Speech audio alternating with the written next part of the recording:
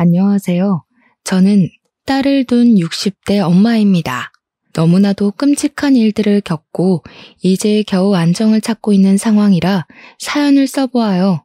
저는 반백년을 살면서 나름 무탈한 인생을 지내왔습니다. 그래서 말년까지도 쭉 그대로만 살다 가면 좋겠다고 또 그럴 수 있을 거라고 믿어 의심치 않았어요. 참 사람 앞길 함부로 예측 못한다지만 하마터면 나이 먹고 큰 수렁에 빠져 살 뻔했지 뭡니까. 제가 지금 적어볼 이야기는 사랑하는 제 딸 얘기입니다. 제 딸 일이 곧 제 일이기도 해서 제가 저와 딸을 위해서 어떠한 사투를 벌여왔는지 들려드리겠습니다. 저는 결혼 생활 고작 10년 만에 남편을 사고로 일찍 잃고 딸과 둘이 지내왔습니다. 30여 년을 둘이서 의지하면서 잘 살아왔죠. 그 전에 남편이 있을 때는 여건이 여의치 않아도 살림 열심히 하고 알뜰하게 아끼고 살면서 우리 식구끼리 행복해보고자 노력이라도 할 수 있었는데 남편이 죽고 나서는 제 안의 모든 의지가 팍 죽어버려 앞날이 막막하기도 했었습니다. 그럴 수밖에 없는 게 당시에는 젊은 여성들이 돈을 당연하게 버는 시대가 아니었거든요. 또 제가 글도 가나다라 쓰는 것 말고는 잘 못했고 공부도 한번 배워본 적 없어서 경제활동을 하자니 자신이 너무 없었습니다. 그러나 딸만큼은 저처럼 공부 못해서 바보로 살면 안 되니까 무작정 있는 대로 일을 시작했어요.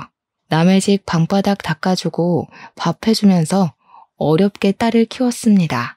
하지만 그게 제 인생의 고비는 아니었어요.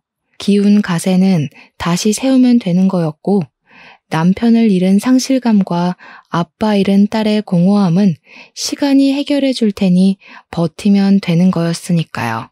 또 우리 집 기둥이 무너져서 더 어려워진 형편인데도 불구하고 제 딸 또한 절대 굴하는 모습을 안 보였습니다. 어린 나이부터 제가 고생하는 걸 알았는지 말썽 안 부리고 올바르게 자라줬고 좋은 대학을 가 번듯한 호텔리어가 되었어요.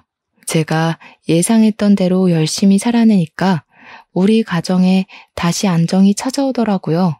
이건 제가 삶을 포기하지 않은 것도 있었고 의지를 굳건히 할 수 있는 딸의 존재가 늘 제 곁에 있었기 때문에 좋은 결과를 내었다고 생각했어요. 제가 딸한테도 그런 마인드를 가르쳐줘서 그런지 딸도 학교 다닐 때 성적을 잘 못 봤더라도 다음에 잘 보면 된다는 긍정적인 마음으로 더 공부를 하더라고요. 딸 또한 저 때문에 좋은 영향 많이 받았다고 직접 얘기를 해줍니다. 그때마다 지치지 않고 달려온 고생이 싹 다 풀리는 기분이었어요. 딸은 20살이 되자마자 저를 돕기 위해 아르바이트를 했었는데 그러지 말라고 해도 저 혼자 고생하는 걸 싫어하던 녀석이었기에 딸은 그저 돈 벌어서 보탬이 되는 걸 좋아했어요. 그래서 강력하게 말릴 수도 없었습니다. 웬만하면 제가 할 수 있는 선에서 끝까지 딸 뒷바라지 해주고 싶었거든요. 돈 신경 안 쓰고 편하게 공부만 했으면 좋겠는 게 제 마음이었는데 또 자식 입장에서는 부모만 고생하는 걸 두고 보기 힘들었나 봅니다. 이것만으로도 제 딸이 얼마나 기특한 아이인지 느껴지시죠? 그래도 딸 덕분에 제가 굳은 일을 좀 줄일 수는 있어서 마음이 편했습니다. 그때부터 우리 가정은 남들과 비슷한 모양새를 갖춰갔어요. 그리고 우리 딸은 남편을 닮아서 미모가 좀 출중한 편이었는데요.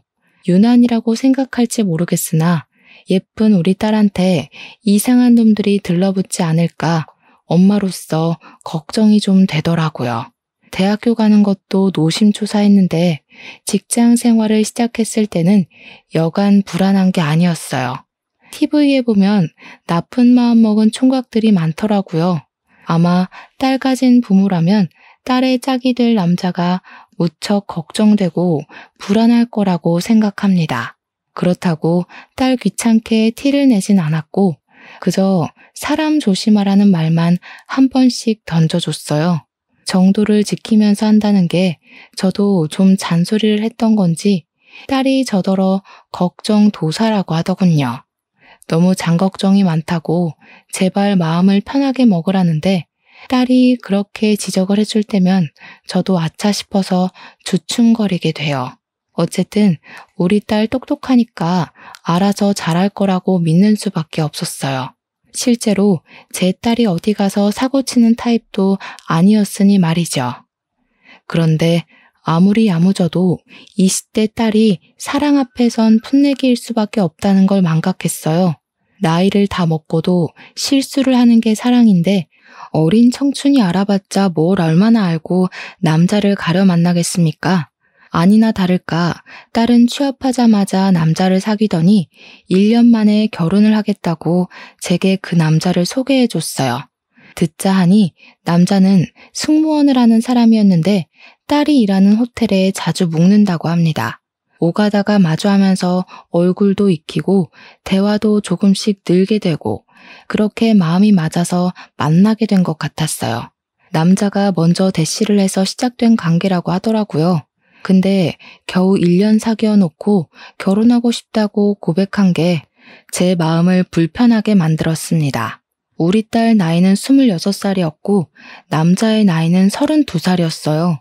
저는 우리 딸이 나이 30살 넘으면 결혼시키고 싶었거든요.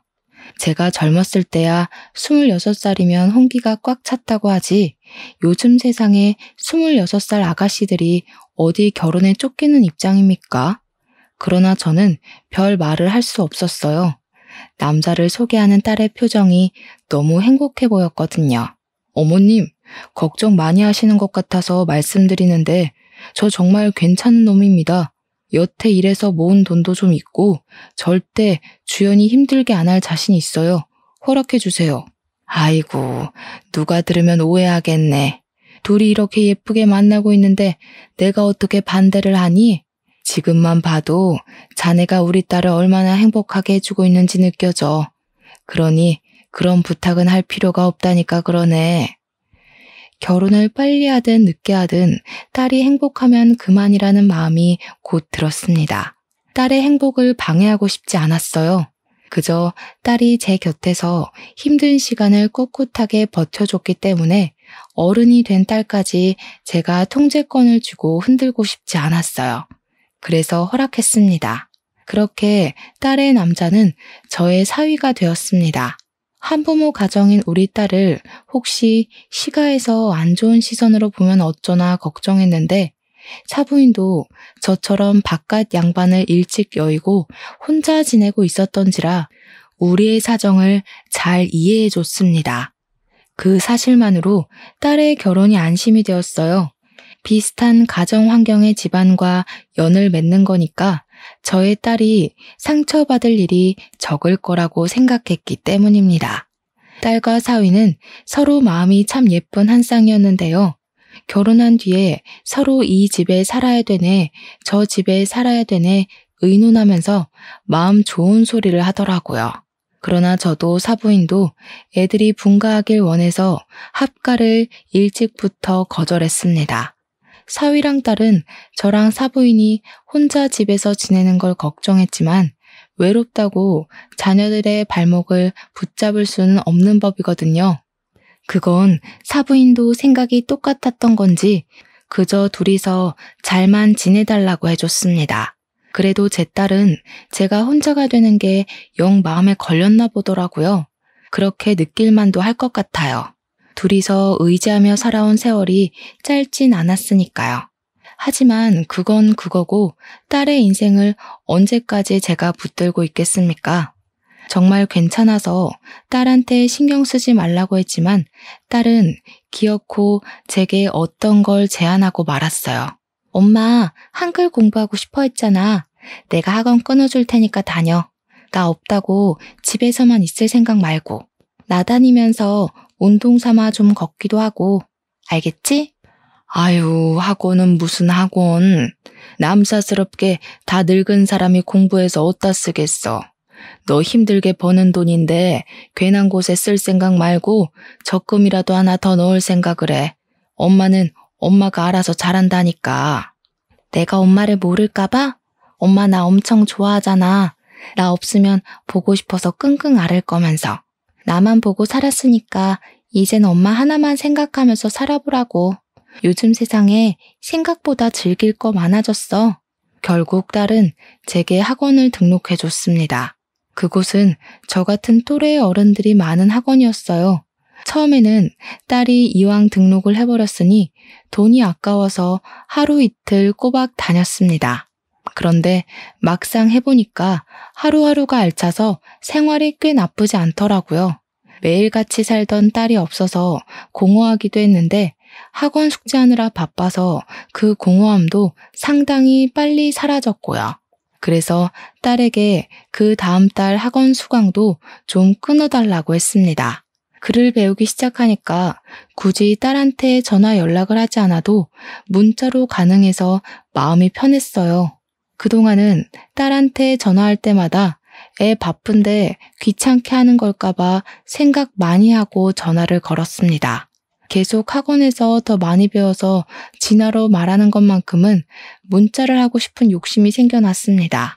딸은 제가 무언가 다른 목표가 생긴 것에 대해서 자기 일처럼 기뻐해 주었습니다. 엄마한테 드리는 돈은 하나도 안 아까우니까 배우고 싶은 공부가 또 있으면 언제든지 말만 하라는 말까지 해줬어요. 자식한테는 주고만 싶지 받는 건 늘 미안했는데 그래도 물질적인 보상을 받을 때마다 인생 잘 살았다는 느낌이 들어서 좋았습니다. 참! 그리고 한글을 가르쳐주는 선생님이 명문대학원의 한국어 교육과를 나온 베트남 사람입니다. 처음엔 보고 외국인이 있어서 당황했는데 강의를 듣다 보니 외국인이 어쩜 그리 한국어를 잘하고 한국 문화에 대해 잘하는지 저보다 더 한국 사람 같아서 너무 신기했어요. 또 저처럼 선생님을 좋아하는 어르신들이 많았는데 선생님이 젊은 여성이라 다들 엄마 아빠 같은 마음으로 한국 반찬과 생필품을 많이 챙겨다 줬거든요. 선생님이 굉장히 상냥한 아가씨여서 베트남 간식도 만들어서 수강생들에게 나눠주고 하나하나 숙제도 꼼꼼히 봐주고 하더라고요. 그래서 저도 학원 선생님을 굉장히 좋아했습니다. 타국에서 왔다고 해도 선생님과 제 딸의 연령대가 비슷하다 보니까 외국인이 아닌 딸 같은 마음이 들더라고요. 저는 이 딸 저 딸 챙기느라 바빴음에도 외롭지 않은 삶을 보낼 수 있어서 좋았습니다. 이제 나도 죽을 때가 다 되었구나 라는 생각이 아닌 제2의 인생을 맞은 기분이었어요. 제 인생에서 말년이 가장 행복하고 편하다는 생각이 들었을 만큼 혼자인데도 무난하게 잘 살았습니다. 그럼 무탈한 세월이 한 1년 반 정도가 더 지났을 겁니다. 어느 날 우리 딸한테서 전화가 왔는데요. 다름 아닌 임신 소식인 거 아니겠습니까? 너무 기쁜 소식이었고 또 새로운 인생을 만끽한 기분이었어요. 그래서 그날은 학원을 빼고 딸을 만나러 갔습니다. 사위랑 같이 저녁까지 먹으려고 했는데 혼자 있을 사부인이 생각나서 사부인도 불렀어요. 오랜만에 뭉친 저희는 사위 차를 타고 식당에 가서 외식을 했습니다. 보통 사돈끼리는 결혼식하고 나면 만날 일도 없다는데 저는 저와 같은 사정을 갖고 있는 사부인이 너무 마음에 걸리더라고요. 그래서 사부인에게 더 다가갔고 이것저것 해보라고 취미도 추천해주고 주변에 공방이나 공부하는 곳 있으면 다녀보라고 오지랖을 부리기도 했습니다. 저도 딸이 시켜줘서 글 공부를 하고 있는데 그제야 제 이름 석자를 가지고 사는 기분이더라고요. 사부인도 자식 때문에 용쓰고만 살았을 텐데 지금부터라도 스스로한테 투자를 해봐요. 아유, 무슨요. 그런 것도 해볼 줄 아는 사람들이나 하는 거지. 저는 영 마음이 불편해서 못할 것 같아요. 노후에는 홀로 마음껏 쉬면서 빈둥거리고도 싶네요. 그때마다 사부인은 낯을 많이 가려서 그저 혼자 집에서 영화 보고 TV 보는 게 편하다고 제 말에 호호 웃기만 했습니다. 뭐 그럴 수도 있다고 생각했어요. 이건 성격 차이니까요. 어쨌든 우리 딸의 임신은 모든 식구에게 축복이었습니다. 딸이 출산을 하고 나면 더할 나위 없이 행복하게 살자고 그렇게 약속하면서 좋은 시간을 마무리했어요. 그리고 늦은 시간이라 사위가 사부인 먼저 데려다주고 저까지 집에 태워주었습니다. 사위랑 딸은 앞좌석에 앉아 있었고 저는 나중에 내려야 돼서 뒷좌석에 있었어요. 아무 생각 없이 창밖만 구경하고 있었는데요.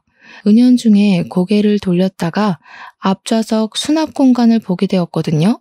거기에 웬 책자가 꽂혀 있더라고요.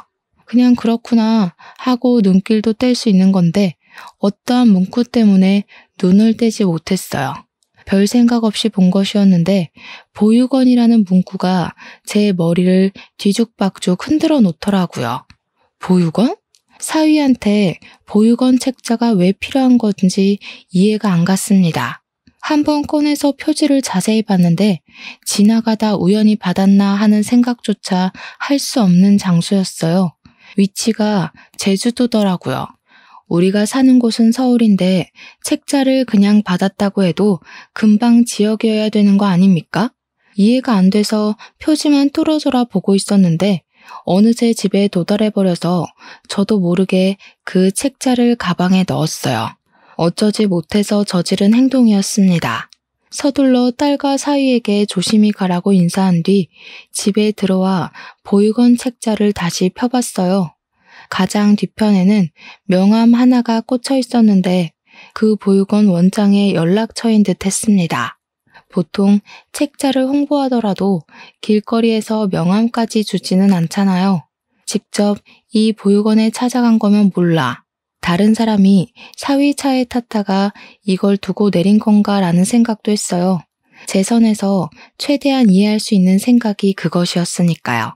그런데도 희한하게 마음속에 박힌 찝찝함이 해결되지 않더라고요.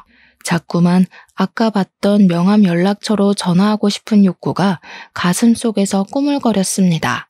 그래서 충동적으로 저질러 버렸어요. 다 늦은 밤에 그 보육원으로 전화를 해봤죠.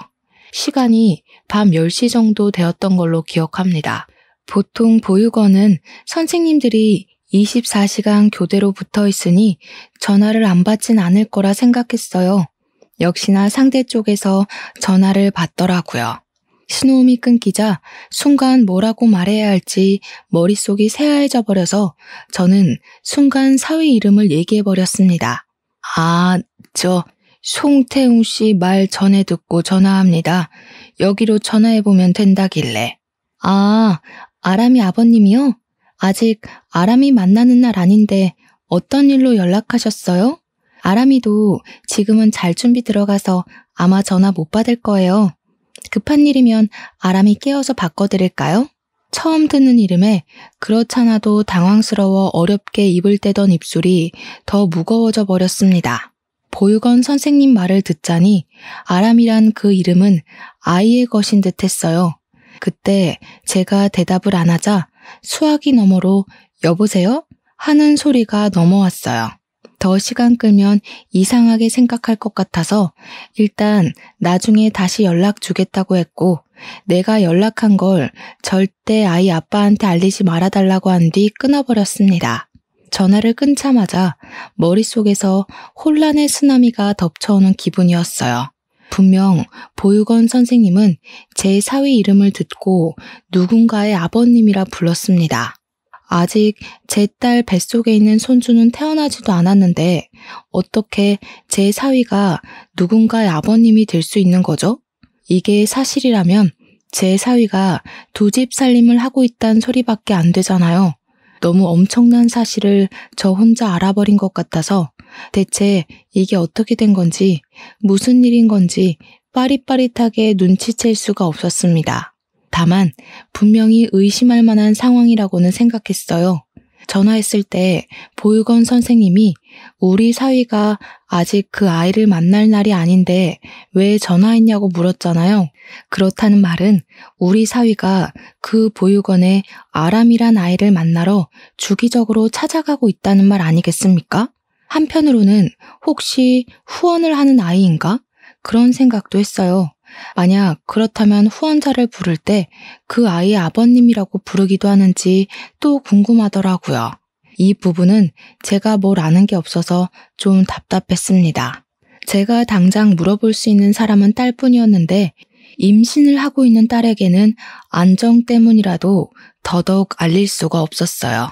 사실인지 아닌지도 모를 말 때문에 사위와 딸이 다투게 된다면 그것 또한 걷잡을 수 없는 스트레스가 될 거 아닙니까? 저는 그날 밤새 고심하다가 학원 갔을 때 수업 마치고 선생님께 따로 물어봤습니다. 선생님 말로는 아주 어린아이의 경우 후원자가 생기면 간혹 아버지, 어머니라고 불러주기도 한다고 했어요.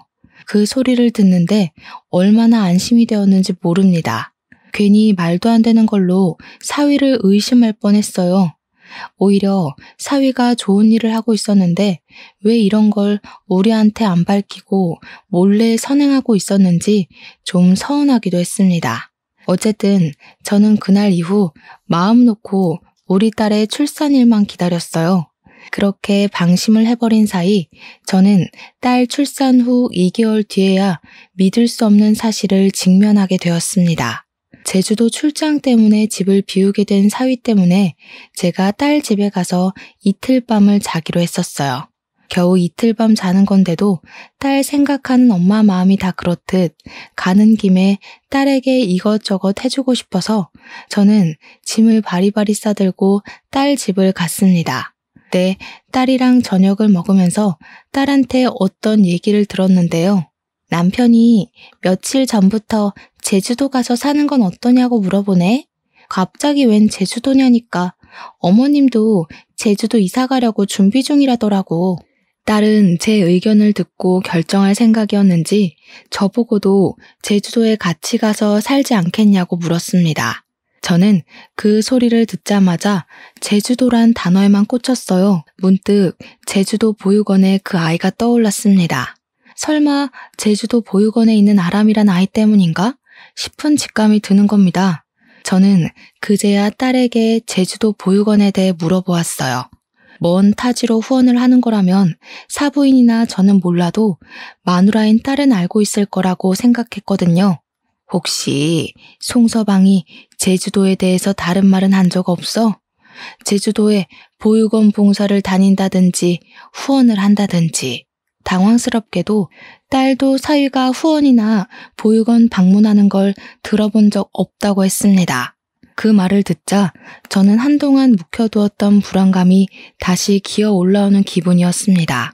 심지어 딸은 사위랑 연애를 할 때도 보육원 얘기하는 건 못 들어봤다고 했어요.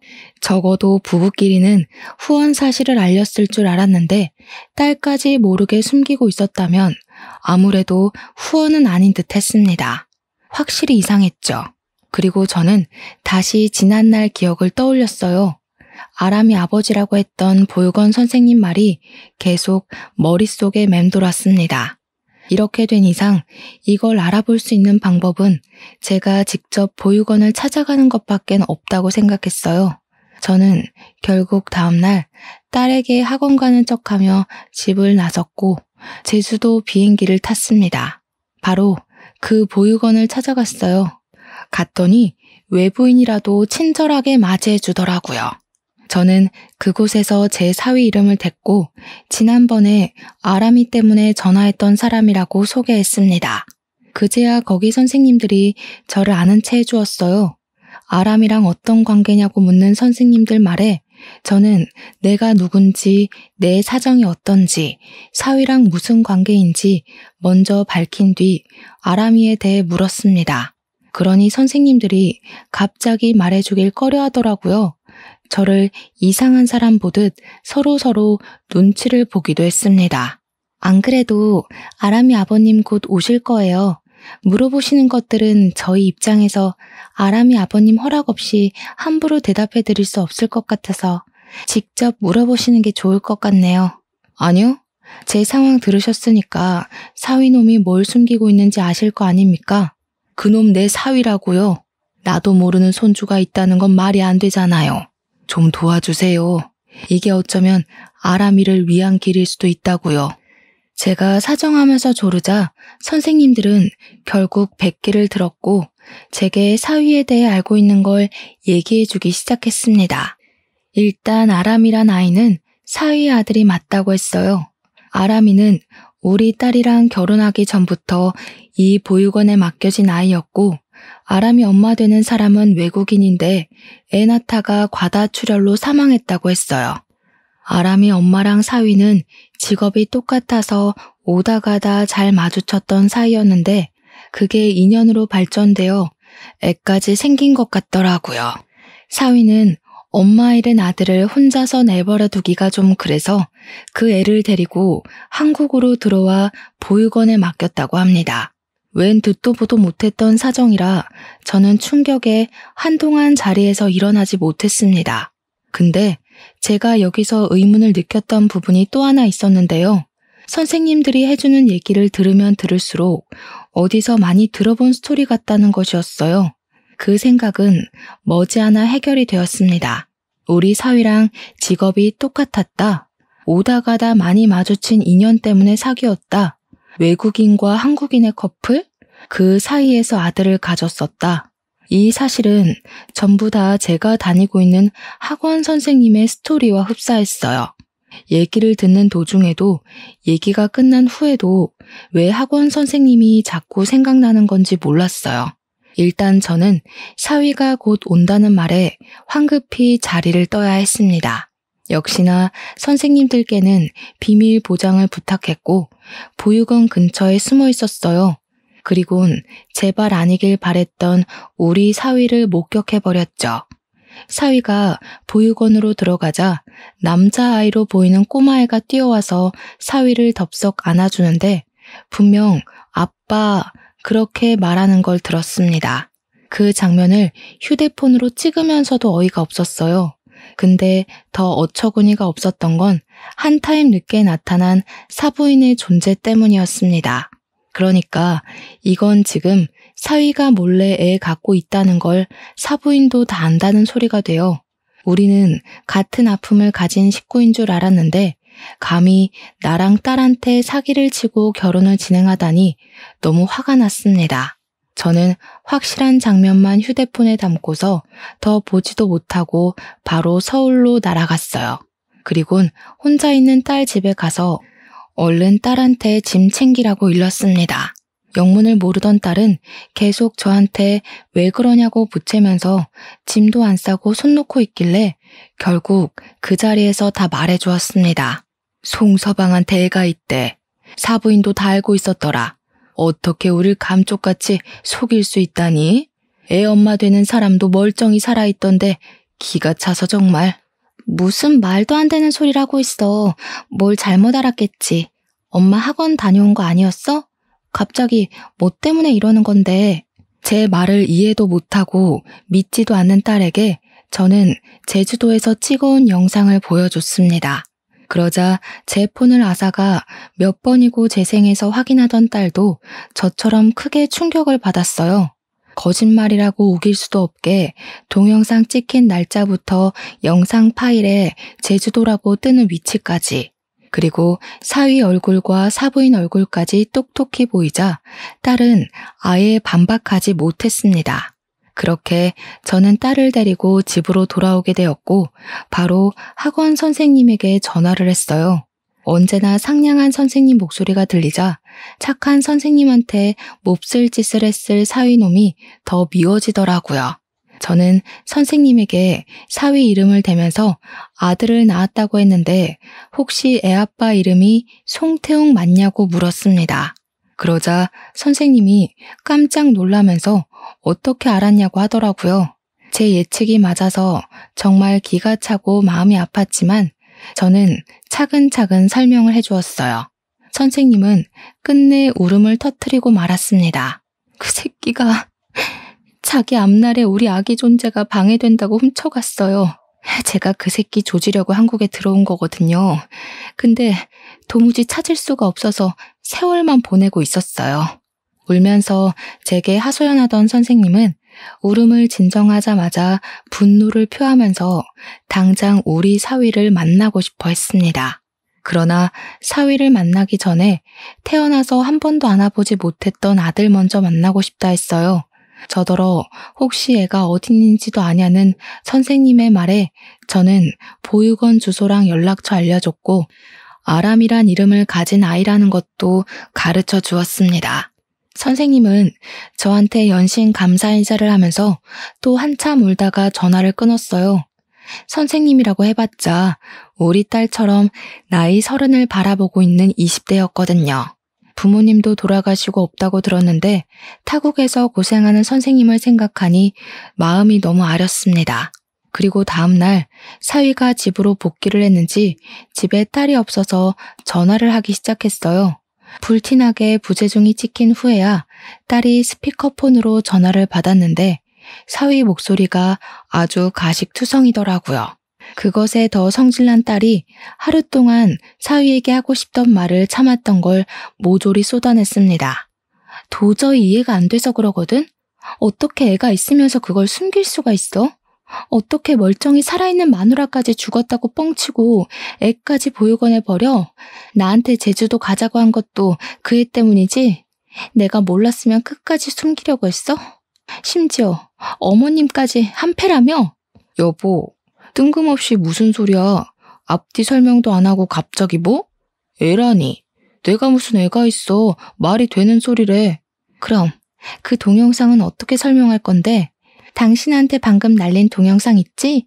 전화 끊고 그거 본 뒤에 변명 제대로 생각해서 다시 연락해. 딸은 그대로 사위 전화를 끊어버렸습니다. 딸이 제 폰에 있는 동영상을 받아 가서 통화 도중에 사위한테 보냈어요. 아무래도 전화가 바로 안 오는 거 보니까 사위가 딸 말대로 제대로 된 변명이라도 생각해서 연락할 모양인 듯 했습니다. 그리곤 시간이 꽤 흘러도 사위한테서 다시 연락이 오질 않았어요. 변명조차 안 하는 사위에게 더 화가 난 딸은 사위에게 더 이상 기회를 주지 않고 문자로 이혼을 통보해버렸습니다. 그런데 사위가 의외의 방안을 생각해냈더라고요. 그 사실을 바로 사부인한테 얘기했던 건지 사부인이랑 같이 우리 집을 찾아온 거 아니겠습니까? 사부인, 이것 좀 보세요. 우리 아들 이혼한 적 없고 사부인이 보셨다는 애도 호적에 없어요.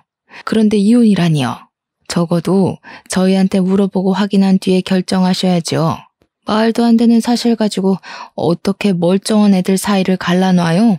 지금 종이 쪼가리 가지고 변명하는 거예요? 그렇다고 제가 본 애가 사위애 아닌 건 아니잖아요. 사위애가 아니라는 걸 증명하려면 가족관계 증명서가 아니라 유전자 검사 결과를 들고 왔어야죠.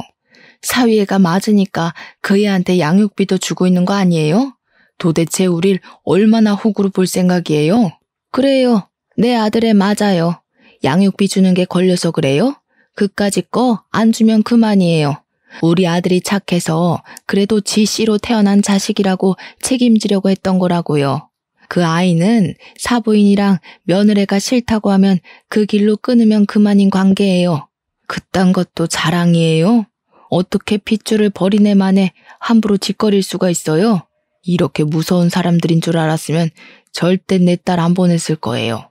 다 필요 없으니까 저희 소송할 겁니다. 돌아가세요. 고소할 거란 말에 사부인은 저희에게 애원하던 걸 관뒀고 바로 얼굴색이 돌변해버렸습니다. 상견례 때 봤던 내내 하던 착한 얼굴은 다 사라지고 표독스럽기 그지없는 분위기로 바뀌었어요. 부모나 자식이나 참 매정하네. 부모 없는 애가 불쌍하지도 않아요? 두 사람 말대로라면 우리 아들이 그 애를 갖다 버려야 된다는 건데 그게 도리에 맞는 행동이라는 겁니까? 고상한 척은 다 하더니 진짜 몰상식한 건 당신들이네. 어디다 비교해요. 책임질 짓을 했으면 당연히 책임져야지. 그게 뭐 대단한 일이라고 땅떵거리는 겁니까? 아무데나 싸지르고 애 만든 걸로 모자라 멀쩡히 살아있는 부인까지 죽었다 뻥치지 않았어요? 불쌍한 애를 엄마도 못 만나게 보육원에 숨겨두는 게 더 몰상식한 거 아닌가요? 애엄마라니, 이건 또 무슨 소리래? 애엄마 죽었거든요? 지금 보니까 사부인이 말 지어냈는데 선수시구나. 애엄마가 살아있었으면 내가 우리 아들을 왜 장가 보냅니까? 그 애랑 엄마랑 결혼시켰지. 왠지 사부인이 애엄마 죽었다고 우길 것 같았습니다. 그래서 제가 선생님을 이리로 불렀어요. 그날 선생님은 비행기 편이 결항되어 제주도로 가지 못했고 사부인과 사위가 우리 집을 들이닥쳤을 때 제가 몰래 연락을 넣었어요. 선생님은 그렇게 찾고 싶던 애 아빠를 보러 우리 집으로 날아오다시피 찾아왔습니다. 때마침 사부인이 애 엄마를 부정하고 있던 참이었는데 타이밍 좋게 선생님이 등장했어요. 열린 현관문으로 선생님이 들어서자 인기척에 돌아본 사위가 먼저 선생님을 발견했고 선생님을 보자마자 사색된 얼굴로 굳어버렸습니다. 그 전까지만 해도 사위는 사부인 뒤에만 숨어서 당당하게 어깨 펴고 있었는데 선생님과 마주하게 되니 그 기세가 한순간에 무장해제되고 말았어요. 선생님은 사위 얼굴을 보자마자 그간 당했던 서름이 폭발했는지 사정없이 사위의 귀싸대기를 날려버렸어요. 이 쓰레기 새끼야. 감히 내 아들을 데리고 도망을 쳐? 여태 숨느라 고생 많았겠다. 내가 죽었다고 소문내고 다녔다면서? 날 버리고 싶었으면 그냥 조용히 떠날 것이지. 왜 내 아들까지 데려가? 선생님이 악을 지르자 놀란 사부인은 당황한 기색을 지우고 뒤늦게 선생님에게 대항했습니다. 선생님을 엄청나게 싫어했었는지 바로 막말을 퍼붓더군요. 이 천박한 게 누굴 손대? 그러게 애를 낳긴 왜 낳아? 돈 줄 테니까 지우라고 했지. 네가 어른 말을 귓등으로 쳐들으니까 이사달이 난 거 아니야. 내가 너 이럴 줄 알았다. 우리 아들 앞길 막을 줄 알았어. 너처럼 싼 년이 우리 아들을 넘본 것부터가 주제 넘는다고 생각했는데 기어코 사고를 쳐? 사부인은 기본적으로 선생님이 외국인이라 무시하고 있었습니다. 듣자 하니 사위랑 선생님 사이에서 애가 태어난 후 사위가 당황해서 사부인한테 말을 한 것 같더라고요. 그래서 사부인은 자기 아들이 외국인이랑 사고친 걸 몰래 해결해준다고 사위한테 애 훔쳐라, 애 버려라, 애는 한국 보육원에 숨겨라 등등 이 파렴치한 짓을 시켰던 거였어요. 사부인은 우리한테 화가 난 감정을 외국인 하대하듯 선생님에게 풀었습니다. 선생님을 마구마구 패면서 자꾸 선생님 때문에 사위 앞길 망했다고 원망을 해댔어요. 더 이상 그 모습을 볼 수 없었던 저는 급히 주변에 있는 걸 주워들었고 바로 사부인에게 던져버렸습니다. 마침 제가 던진 게 우리 손주 똥기저귀 갈아놓은 거였더라고요. 기저귀가 날아가는 힘에 못 이겨 풀어졌는데 그 때문에 사부인 머리통에 노란 똥이 덕지덕지 묻었습니다. 냄새로 이물질의 정체를 눈치챈 사부인이 악 비명을 지르며 꼼짝도 못하고 서 있었어요. 그러자 사위가 안절부절 못하면서 이게 뭐하는 짓이냐고 저한테 성질을 내는 겁니다. 아무리 경우가 없어도 그렇지 어떻게 사돈되는 사람을 이런 식으로 대하세요? 당장 저희 엄마한테 사과하세요. 무슨 이유가 있든 폭력은 정당화 안 된다고요. 장모님이 이러신 것도 폭력이에요. 사과 안 하시면 저 이거 그냥 못 넘어갑니다. 못 넘어가면? 법으로 따져보자고? 나야 좋지. 나 지금 사기 결혼 당한 건데 당신이 이 똥기저귀 가지고 고소하면 당신이랑 당신 엄마가 사기친 것도 다 불어야 되는 거 알지? 자백할 각오 됐으면 어디 한번 고소해봐. 여보, 알았어. 진정해. 내가 잘못했어. 근데 나 진짜 당신이랑 이혼하고 싶지 않아. 저 여자 사랑한 적 없고 애도 끝까지 책임질 생각 없었어. 당신은 저 여자랑 다르단 말이야. 나 당신한테는 다 진심이었다고. 당신을 믿고 안 믿고는 내 몫이거든?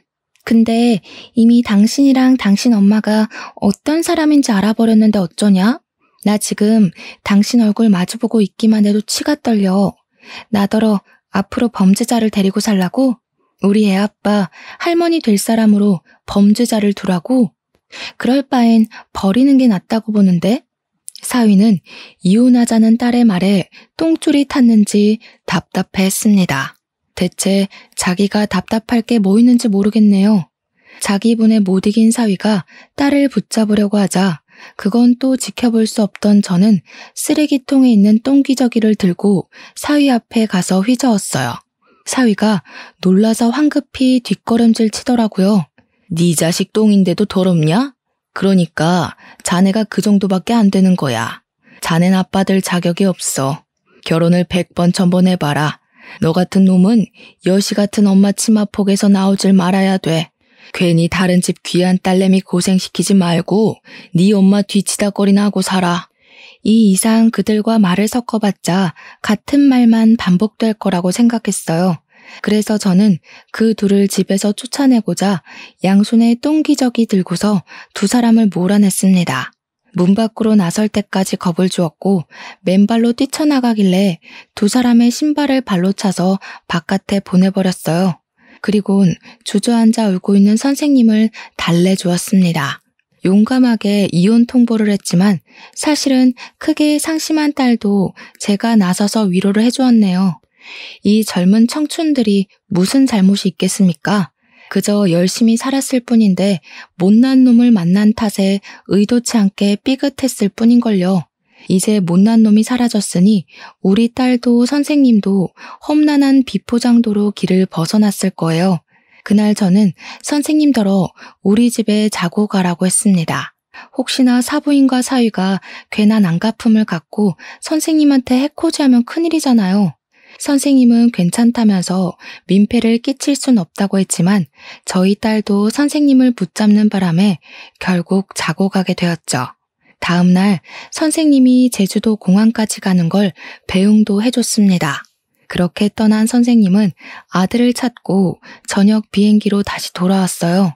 그리곤 저희랑 같이 사돈 댁을 사기죄로 고소, 이혼 소송 진행했고 선생님 쪽, 우리 쪽에 양육비 다 떨어지도록 양육비 청구 소송도 했습니다. 저희 딸은 손해배상 청구도 가능해서 위자료를 많이 받았어요.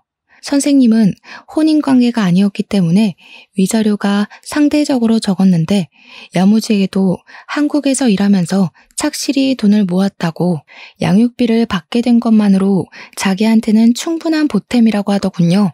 다행히 저희 쪽이랑 선생님 쪽 다 나쁘지 않은 보상을 받았습니다. 단지 한창인 아가씨들 가슴속에 남은 상처는 어떻게 지우기가 어렵겠죠. 그래도 소송이 끝나고 나서는 서로 웃을 수 있게 되어 얼마나 안심이 되었는지 모릅니다. 사위의 실체를 알았을 때 제 딸 인생이 망해버리는 거 아닌가 싶어서 정말 너무 무서웠거든요.